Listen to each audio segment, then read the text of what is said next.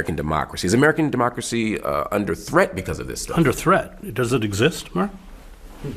I don't think it exists. It's a veneer. It's the end of the Roman Empire. You have the symbols, the iconography, and the language of a democracy, but internally, corporations and oligarchs have seized all of the levers of power. I looked at this election as a battle between corporatists and oligarchs. Corporatists, the Democrats, they want something very different from oligarchs. Corporatists want stability, they want decorum, the kind of decorum that Obama had or Bush had, or Bush was an idiot, but at least he had some, they could clean him up a little bit. And Biden, whatever his cognitive failings were, because they want stability, especially in terms of trade agreements, because they make investments overseas. Takes a while for a return on a profit. Corporatists want something different from oligarchs. Oligarchs are about chaos. They're about, as Steve Bannon said, deconstructing the administrative state. Why?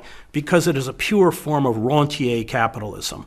And by that I mean that they make their money by setting up toll booths, Amazon, all of these digital media platforms. It's not about producing goods. And the more that the state is deconstructed, that's why they want to abolish the Department of Education, everything that we need as a civil society becomes privatized. And you see it in I wrote a book called America, the Farewell Tour. It begins in Scranton, Pennsylvania, where everything, the sewer system's privatized, the parking authority is privatized, the electricity is privatized, and of course they've jacked up the rates, and the services are not very good. And they want to privatize the post office, so we can have a dysfunctional post office like the UK, which is privatized.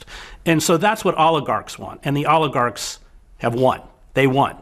And but that's what this battle was about. In terms of if we strip away its the kind of trivia or the cultural differences between